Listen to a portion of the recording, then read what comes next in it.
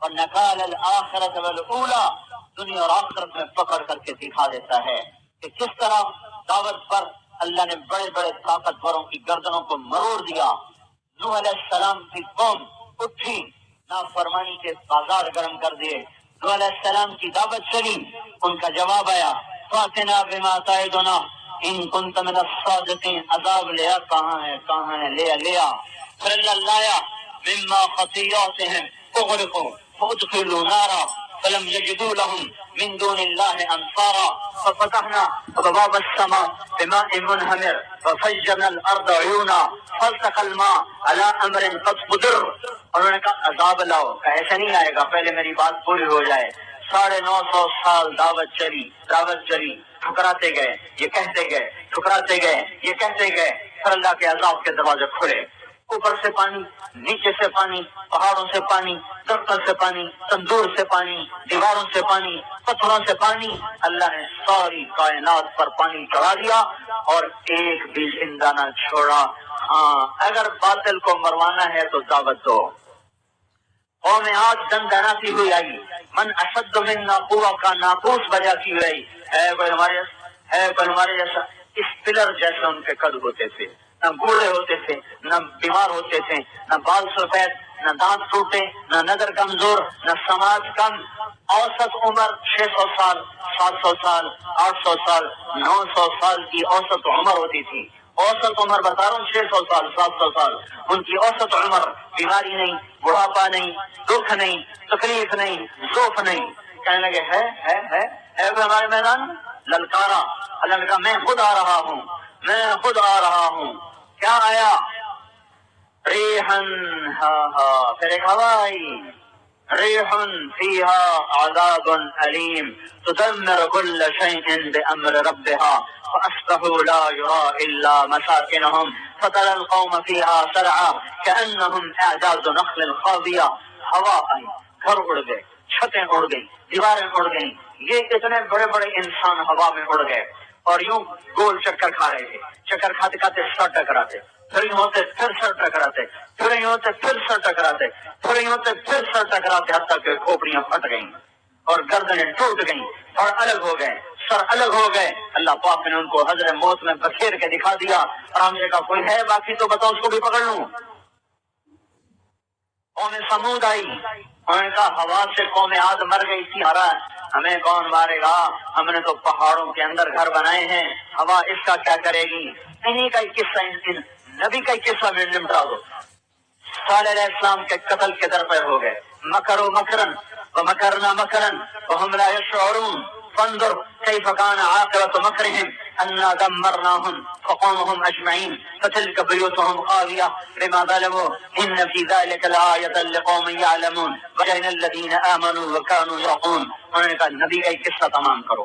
کٹھے ہوئے مارنے کو اللہ نے فرشتہ بھیجا، اس نے چیخ ماری، کلیجے پھٹ گئے، چہرے پیلے ہو گئے، پتلیاں پھیل گئیں، چہرے نیلے ہو گئے۔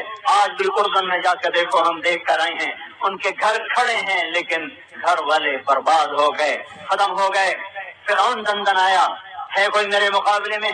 فرعون دندن آیا، میں خدا، میں رب اعلیٰ، اسے پکڑا، اس کے لشکر پکڑے، اٹھا کے سمندر میں مارا، پھر اعلان فرمایا کم ترکو من جنات، آؤ میں تمہیں دکھاؤں، لوٹ جاؤ 3000 سال پہلے اور مصر کے میدان میں کھڑے ہو کے دیکھو، یہ باغات ہیں، پھل کھانے والا کوئی نہیں، زروع کھیتیاں ہیں، کاٹنے والا کوئی نہیں، مقام کریم کلب کھڑے ہوئے ہیں، عیاشی کرنے والا کوئی نہیں، شرابیں پینے والا، زنا کرنے والا کوئی نہیں، نعمتن ان کی نعمتوں سے گھر بھرے پڑے ہیں، ان نعمتوں سے نفع اٹھانے والا کوئی نہیں۔ کہاں ہیں؟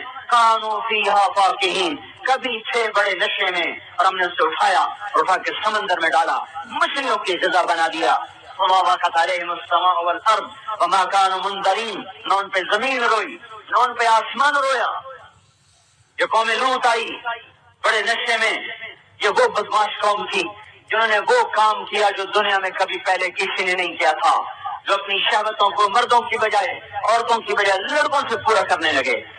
میرے بھائیوں، میری ایک بات آج لکھ لو، میں نجومی نہیں ہوں، میں ایک طالب علم و ادنا تھا، میں کوئی بڑا بزرگ نہیں ہوں، مجھے کوئی کشف نہیں ہوتا، صرف مجھے دلچسپی ہے اللہ کی کتاب سے، اور تاریخ سے میں اللہ کی سنت کو سامنے رکھ کے بتا رہا ہوں، سب سے زیادہ جو پکڑ آئی ہے پچھلی قوموں میں سے، ان میں سب سے سخت پکڑ لوط علیہ السلام کی قوم پر آئی ہے۔ اللہ کا سب سے بڑا مجرم میری نظر میں فرعون ہے کہ دنیا میں کوئی انسان ایسا نہیں گزرا جس نے یہ دعویٰ کیا ہو کہ میں ہی خدا ہوں۔ یہ دعویٰ کسی نے نہیں کیا۔ تاریخی طور پر روایت ملتی ہے نمرود بھی خدائی کا دعوے دار تھا، لیکن وہ نہیں تھا جو فرعون تھا، وہ نہیں تھا جو فرعون تھا۔ وہ کہتا انا ربکم الاعلی، میں رب اعلی۔ اللہ نے صرف پانی میں ڈبو کے مارا بس۔ نمرود نے خدائی کا دعویٰ کیا، اللہ نے لنگڑے مچھر سے مارا۔ قوم لوط خدائی کی دعوے دار نہیں ہے، قوم لوط بے حیا ہے، بے حیا ہیں۔ جتنا عذاب قوم لوط پہ برسا ہے کسی قوم پہ نہیں برسا۔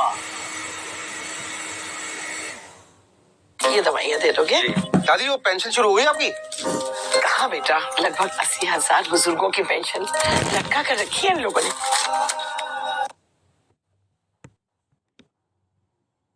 فجاءه قومه يهرعون إليه من قبل كانوا يعملون السيئات۔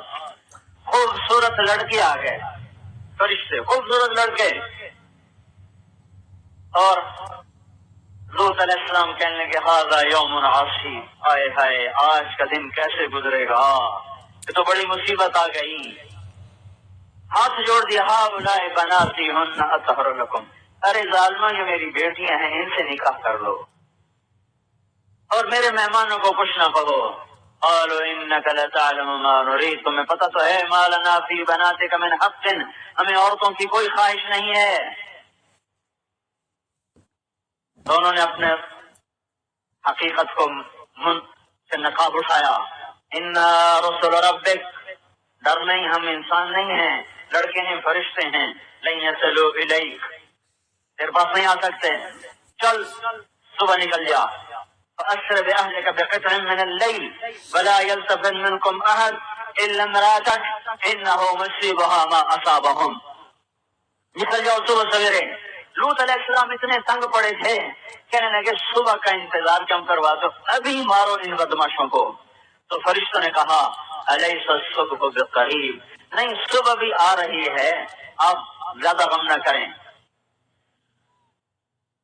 اللہ تعالیٰ کا عذاب آتا ہے، فجعلنا عالیہا سافلہا، ایک عذاب اوپر سے نیچے، نیچے کا اوپر۔ وامطرنا علیہا حجارۃ من سجیل، دوسرا عذاب پتھروں کی بارش، منضود نوکیلے، مسممتن نام لکھا ہوا، فلاں کے سر کا، فلاں کے سر کا، فلاں کے سر کا، فلاں کے سر کا۔ تیسرا عذاب آسمانوں پہ اٹھا دیا اور وہاں سے پٹخ کے زمین پہ مارا۔